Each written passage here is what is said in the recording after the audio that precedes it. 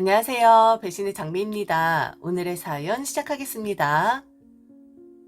저는 지금 시댁에서 아주 나쁜 사람이 되어 있습니다. 딱 3명에게 말이죠.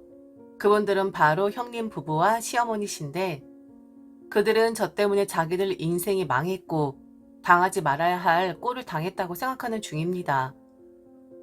저만 조용히 있었으면 되는 거였는데 제가 잎사귀에 고자질을 하는 바람에 일이 다 틀어져 버렸다고 저를 원망 중이죠.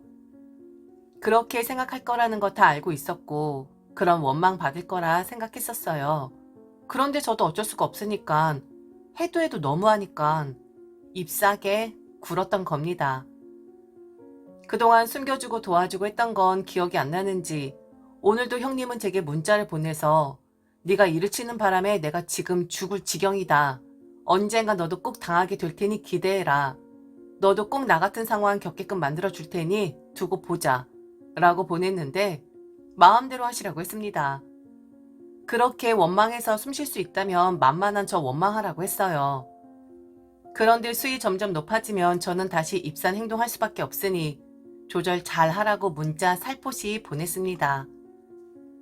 본격적인 이야기를 하기 앞서 우선 저희 시아버지가 어떤 분이신지 간략하게 짚고 넘어가야 할 것 같습니다. 제 이야기에 아주 중요한 인물이시거든요. 제가 결혼을 하고 이 집안의 며느리가 되었을 땐 시아버지는 이미 퇴직을 하신 상태였습니다.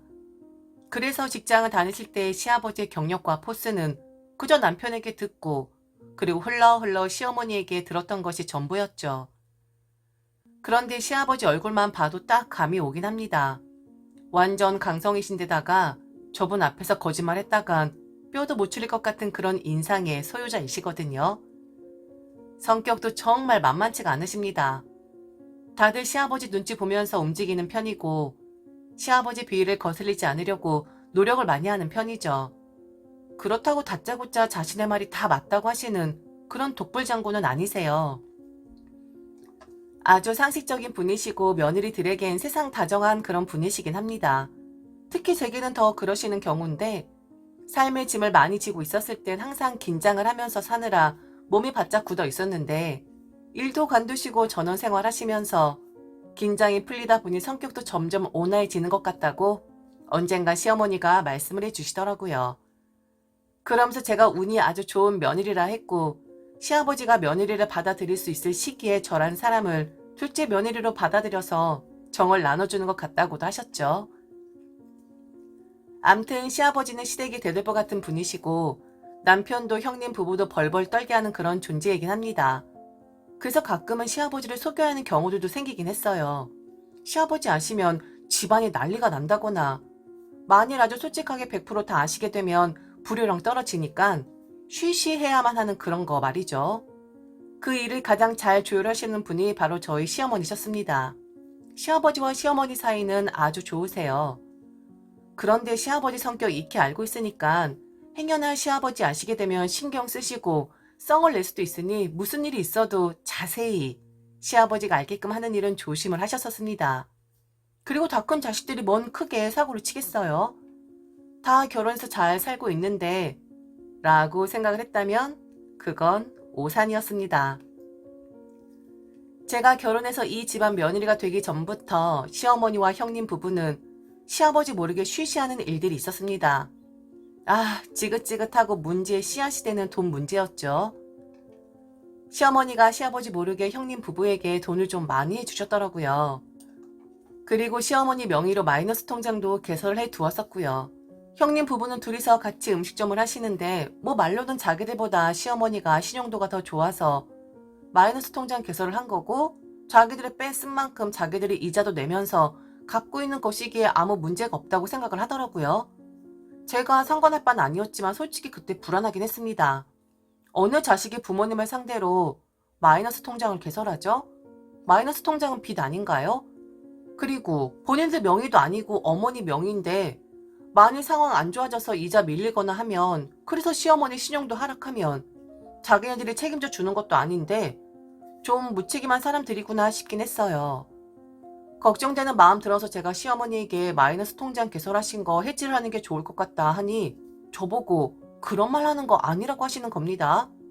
네가 아무것도 몰라 그러는데 시어머니는 큰 아들을 전적으로 믿고 있다고요. 우리 아들의 문제 없다고 하는 건 문제 없는 것이고 엄마한테 피해 하나도 안 끼친다 하면 그게 맞는 거라고. 큰아들과 작은아들 둘 다 성실하게 키웠고 책임감 있게 키웠기 때문에 전혀 걱정을 안 하신다는 거예요. 저는 돈 거래에 있어서 그 누구보다 피해야 하는 사람들이 바로 가족들이라고 생각을 하거든요. 지인과도 돈 거래 위험하지만 사실 가족하고는 마음 상하고 틀어질 수 있기 때문에 더더욱이 피해야 한다고 생각을 하는데 너무 쉽게 생각하는 시어머니 그리고 시아버지만 모르면 된다고 생각하시는 시어머니와 형네 부부가 너무 아니라구나 생각을 하긴 했었죠. 그런데 이번 연도 초쯤 시어머니가 제게 한 가지 부탁을 하시는 겁니다. 우선 절대로 시아버지는 모르게 해야 한다는 것과 저나 남편이 너무 하고 싶어서 그랬다는 식으로 포장을 해야 한다고 했었어요. 그게 뭐냐면 바로 형님네 음식점을 저보고 인수를 하라고 하는 거예요. 제가 작년쯤 카페를 하고 싶다고 말을 한 적이 있는데 이왕 할 거면 형님네 음식점을 인수받아서 그곳에서 하라는 말씀이셨죠. 카페를 하고 싶다는 게 정말 그냥 하고 싶다는 거였지 꼭 하겠다는 말은 아니었었거든요. 언젠간 하고 싶다라고 말을 한 것뿐인데 그런데 저보고 형님네 음식점 자리 좋다면서 그곳에 카페를 개업하라고 하는 겁니다.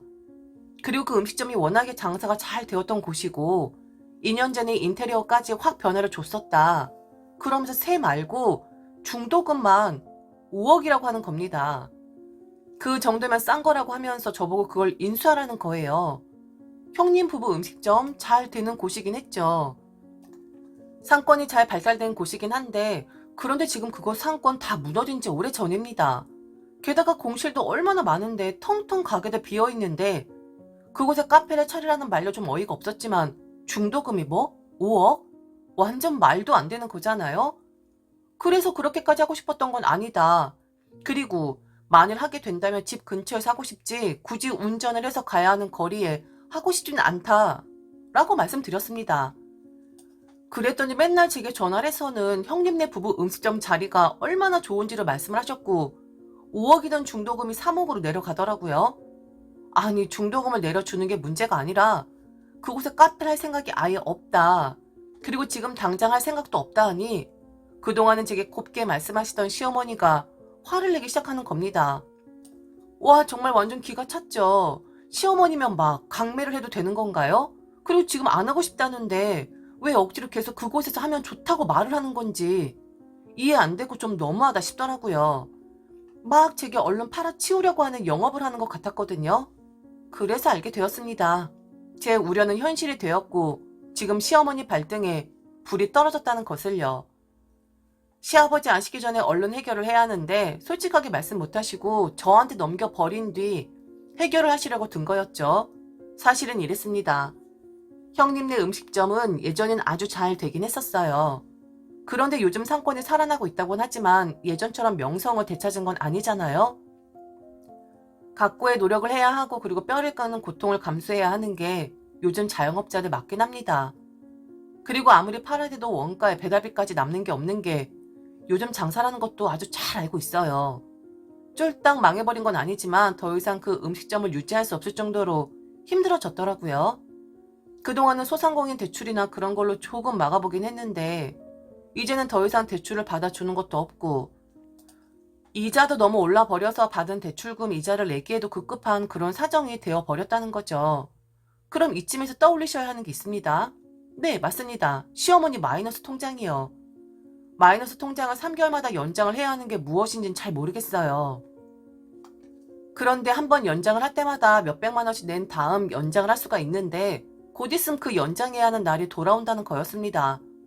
그런데 돈은 없고 게다가 마이너스 통장 외에도 시어머니가 형님 부부에게 카드를 빌려주셨더라고요. 그 카드값을 붙여주질 않아서 시어머니 통장에 돈이 몽땅 다 빠져나가고 있다는 거였습니다. 그러니 저보고 그 가게를 인수해서 중도금을 좀 넉넉하게 주면 시어머니 빚도 갚을 수 있고 형님네 부부 일도 좀 해결할 수 있을 것 같다고. 그러니 저보고 부탁을 좀 하겠다는 겁니다. 제가 돈이 어디 있겠어요. 그렇게 큰 돈이.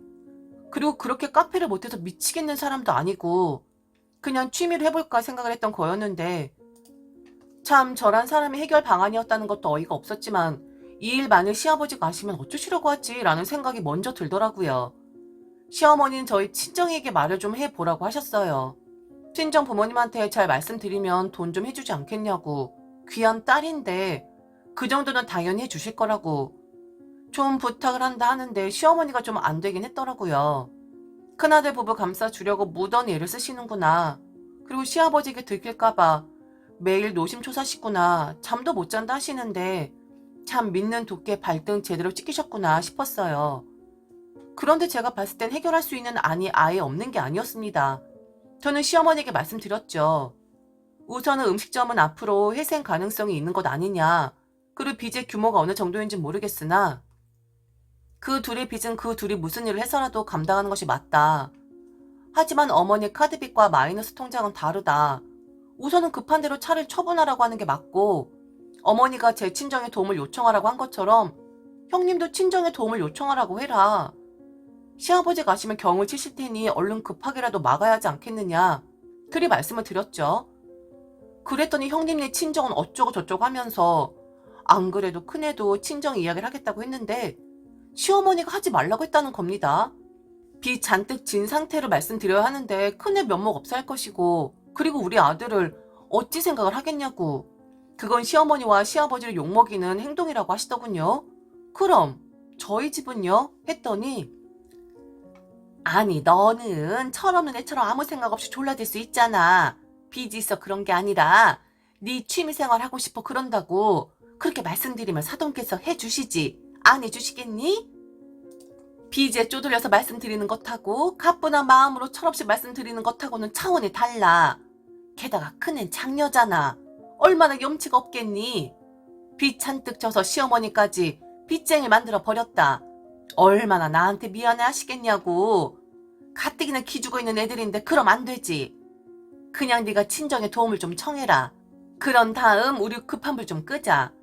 네가 도와주지 않으면 이거 네 시아버지 아시게 돼? 그럼 불효랑 떨어진다. 아우 나는 그게 제일로 무서워. 어? 둘째야 그렇게 하자. 어? 아니 말이 되는 소리가 아니잖아요. 저희 부모님은 되고 형님 부모님은 안 되고 저는 철없이 말해도 되는 사람이고 형님은 장녀라서 안 되는 거고? 어머니 저도 철없이 말씀드릴 순 없어요. 저희 부모님도 제가 돈 해달라고 하면 걱정하신다고요. 왜 저희 부모님한테는 미안해 하시지 않는 건데요?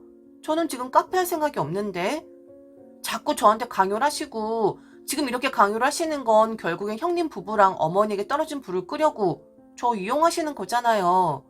이러시는 거 아니에요. 저도 그럼 어쩔 수 없네요. 이런 건 쉬쉬한다고 되는 게 아니라고요. 형님 부부 너무 책임감 없으시네요. 어머니 뒤에 숨어서 그분들이 조종하고 있는 거 제가 모를 줄 아세요? 저 그렇게 어리숙하지 않아요, 어머니. 알고 있었죠. 형님 부부가 시어머니를 시켜서 제게 저런다는 것을요. 형님은 시어머니니까 시어머니 말씀을 잘 들어야 며느리로서 편안한 거다라고 계속 말을 했었고 그리고 시어머니 전화 오고 나면 어김없이 형님 전화 와서는 동서가 거절을 해서 어머니가 속상해한다. 이건 다 어머니를 위하는 길이다. 라는 말을 반복했었거든요.